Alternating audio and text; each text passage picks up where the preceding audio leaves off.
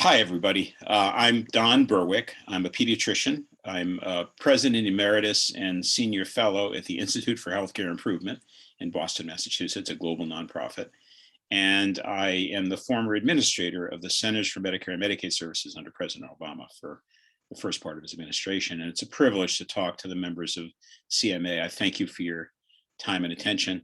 I'll be brief, but hopefully you're going to see how strongly I feel about this. The topic is climate and health. And by inference, the opportunities, duties, obligations of us clinicians with respect to what is really a problem that I believe dwarfs the pandemic and needs attention. You don't need to be reminded, but let me remind you, climate change is now a disaster. It was an impending, imagined one for a long time. We were warned by experts, almost universally agreeing on the threat, but now we actually have a growing burden of problems that are already coming from climate change on the planet, and it's only the beginning.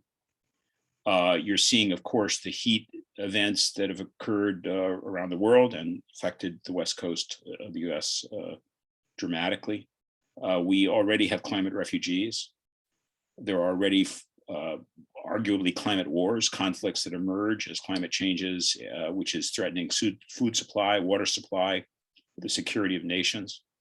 We have new vectors, disease vectors, and patterns of change. And this is accelerating. As the IPCC has warned us, this is a negative reinforcing cycle. It gets worse over time unless we do something about it. The causes are carbon emissions and methane and other greenhouse gases. That's the basics. And if we don't get serious about reducing greenhouse gases and greenhouse gas emissions on this planet, to call it a disaster is putting it very, very mildly. I guess I'll be long gone by the time that disaster hits in full force, but I have 8 grandchildren and they will not be. And we have a question of stewardship here. Is this a medical issue? Well, the National Academy of Medicine has taken a strong stand on that. Last October, the president, Dr. Zhao, announced a series of grand challenges, 3 in particular, that the National Academy of Medicine would, on his watch, focus on now. One is equity, one is pandemics and emerging 21st century threats. And the third and important one is climate, healthcare and climate. It's a 2-direction problem. As we can see with the heat disasters and dislocations, climate affects health. So we have to become resilient and responsive to the health burdens that the climate change is bringing us and will bring us. But healthcare also affects the climate. Our footprint is big, a large one. I don't remember the exact number, but something like 10 or 12% of emissions are healthcare emissions, one way or another. As you may know, if you've studied this field, people grade emissions in 3 levels: scope 1, scope 2, scope 3. Scope 1 emissions are basically emissions from what you burn, the power plants in our hospitals, the carbon we put into the atmosphere through transportation. Scope 2 emissions are indirect ones, depending on what we choose to use as we give healthcare. Scope 3 are supply chain impacts. For example, pharmaceutical companies and medical manufacturers and those who build buildings also affect climate. And in any industry, healthcare included, changing our carbon footprint means changing all 3, scope 1, scope 2, and scope 3. That's politically difficult. The status quo, as in this as in all things, pushes back and doesn't want the changes, and the changes are uncomfortable. We actually have very good evidence in healthcare that the ability of healthcare to reduce its footprint on the planet not only can be done, we have great examples. Kaiser Permanente has taken a big leadership role in this and declared goals that we would have thought a few years ago to be impossible, if they're already reaching those goals. Gunderson Health in La Crosse, Wisconsin, really led the nation in becoming a carbon neutral hospital, and they've done it. And in the case of Gunderson, they proved they made money doing it. It's actually not more expensive to be climate sensitive, not more expensive to be carbon neutral than it is not to be. But nonetheless, the status quo is really strong.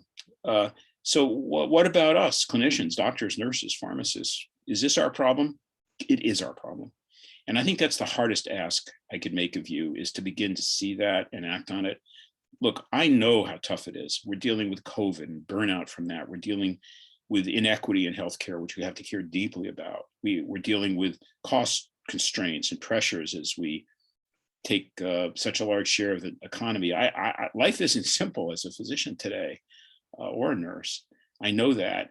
And so here someone like me shows up and says, oh, by the way, carbon and climate.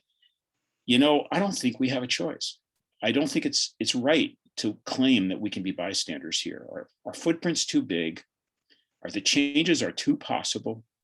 The effects in our swim lane of health are too dire. And our power is too great. Because if the California Medical Association decided this is going to become an agenda, I mean, not a sidebar, not an afterthought, but a central agenda, you'll win. People will trust you. They trust clinicians. And I think that we shouldn't underestimate the power of owning up to a responsibility to help change the things that are important to change. The pandemic's important to change. The inequity is important to change. Healthcare quality and safety are important to change. This is too. So I guess my request to you on behalf of myself as a scientist and a clinician, as a father, as a person who cares about a sustainable planet, about health worldwide, but especially as a grandfather, I'm asking, let's take this one on. Bystander seat, not available. And the amount of change you can make is great. Thanks for letting me share these thoughts. I look forward to further conversations with you, and let's get this done. Thank you.